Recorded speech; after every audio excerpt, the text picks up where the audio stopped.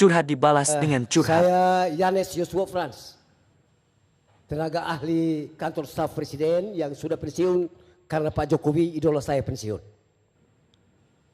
Pak Jokowi saya ikut 12 tahun sebagai relawannya dan sebagai ketua umum Ormas pertama relawan Jokowi.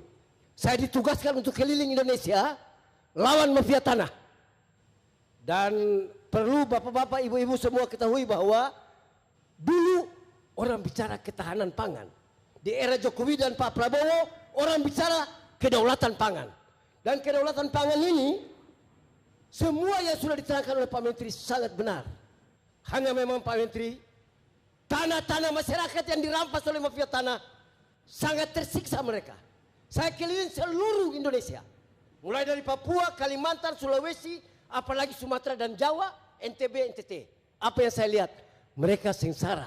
Sehingga saya ajukan Indonesia perlu membentuk apa yang disebut Komisi Pemberantasan Mafia Tanah. Tanpa itu, mohon maaf keagama, saya non keagama, tetapi saya hadir sini karena saya sayang keagama, idola saya dari sana. Tanpa itu Pak, walaupun suatu saat hilirisasi itu jadi, tapi rakyat punya income itu yang paling penting. Demikian yang bisa saya sampaikan. Terima kasih. Terima kasih. Ini terima kasih, ini luar biasa. Bapak Ibu, saya setuju. Ada komisi macam kami sangat setuju. Tetapi kalau saya, mulai dari kita mengambil bagian. Biar kita iklan berjalan. Kalau perlu, ada pengusaha dalam ruangan ini. Ada juga dosen. Kami ini birokrat 21 tahun. Pegawai BUMN. Kami mengajar dosen tetap, bukan dosen tidak tetap. Itu sudah 12 bulan. Kami juga pengusaha sudah 20 tahun. Kami ingin gugurkan itu mitos bahwa kalau profesor nggak bisa kaya. Kami gugurkan itu mitos kalau pegawai tidak bisa kaya. Kami gugurkan itu mitos kalau dia pengusaha tidak bisa sekolah.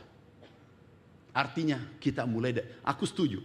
Tapi kalau kita tertindas, kalau kita miskin, itu salah kita, bukan salah pemimpin kita dengan orang tua kita.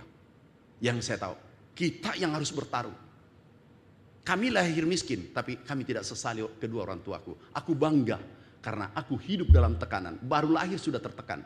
Ingat, berlian lahir dari tekanan 3.500 derajat Celcius. Itulah berlian. Kita mau menjadi berlian atau pecundang. Itu pilihannya. Mau hidup, karena Bapak dalam keadaan tekanan, beritahu saudara-saudara kita, jangan menyerah. Berjuang dari tempatmu masing-masing. Mafia tidak akan masuk kalau dilihat Anda kuat. Tapi kuatkan dirimu dulu. Tapi kalau kita datang, naik gojek, pasti mafia tersenyum.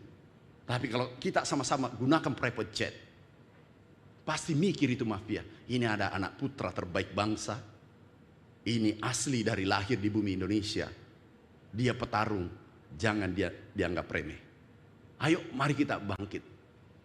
Masa 286 juta tidak bisa lahir konglomerat? 1000 aja, geger ini Indonesia. Masa cuma 9-10 konglomerat yang mengalahkan 200 juta orang? Dari mana rumusnya? Ayo kita bangkit bersama. Oleh karena itu kita ketemu. Jangan lagi ada sekat. Si A, si B, si C. Jangan ada sekat. Kita lahir sudah sepakat. Negara Kesatuan Republik Indonesia. Ayo bangun ini republik. Di bidang masing-masing. Dan nasihati. Kalau ada yang nakal. Ada yang suka memfitnah. Masih ada pengadilan. Terakhir nanti. Kami selalu beritahu. Kalau ada yang hianati saya, aku beritahu. Aku tahu kamu mengkritik saya. Kamu mencintaiku. Aku juga mencintaimu. Aku juga kritik dengan caraku. Kita saling mencintai. Jadi kalau ada orang saling kritik, itulah sebenarnya cinta sejati. Karena sahabat terbaik adalah kalau kamu ada menghina kamu. Aku dulu dihina, difitnah. Tahu nggak? Masa muda aku saya ditolak. Ditolak, jatuh cinta aku ditolak. Saya beritahu mereka, pada saatnya kamu menyesal. 15 tahun dia jatuh sakit. 15 tahun jatuh sakit. Aku kirim pesawat private jet, jemput dia, bawa ke rumah sakit. Kenapa? Dia bagian dari hidupku karena dia menyakitiku sehingga jadi menteri. Terima kasih. Wassalamualaikum warahmatullahi wabarakatuh.